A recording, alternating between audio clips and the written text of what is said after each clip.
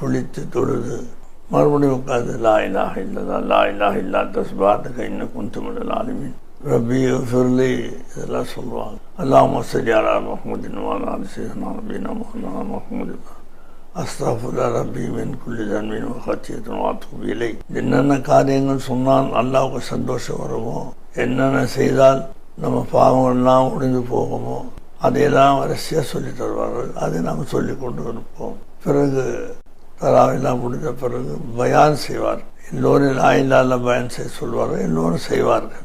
அந்த கலிமாவுடைய அவசியத்தையும் கலிமாவை அறிவதுடைய தெம்பையும் ஃபஹ்ம லா இலாஹ இல்லல்லாஹ்வுடைய உயர்வையும் சொல்லி தருவார்கள். அது கிட்டத்தட்ட 2 மணி வரைக்கும் வந்துடும். உடனே மஜ்லிஸை கலைத்து சஹர் செய்து ஏற்பாடு செய்வார்கள். 2 மணி நேரம் சஹர் முடியறதுக்கு நேரமாக கிட்டத்தட்ட இப்படி தொடர்ந்து 30 நாள், அதாவது 27ஆம் கிழமை வரை இது நடக்கும். 27 முடிந்த பிறகு சஹர் செய்துவிட்டு தூங்குவார்கள். சில பேர் பிரயாணமாக ஊருக்கு போயிடுவாங்க. 28, 29 அங்கே போய் கழித்து கொள்வார்கள். பெருநாறு எல்லாம் தான் ஊரில் போய் செய்து கொள்வார்கள். ஒரு சிறப்பான ஒரு காட்சியாக, சிறப்பான ஒரு நிகழ்ச்சியாக இருக்கும். அப்படி ஒரு மஜ்லிஸை லால்பேட்டையில் அல்லாமா ஷம்சுல் ஆரிஃபின் ஃபைஜி ஷாருல் குப்லா நடத்தி எங்களெல்லாம் காப்பாற்றினார்கள். அல்லாஹ் அக்பர். புற 1லிருந்து புற 27 வரை. அதுக்கப்புறம் அனுப்பி விடுவார்கள், வந்துவிடுவோம்.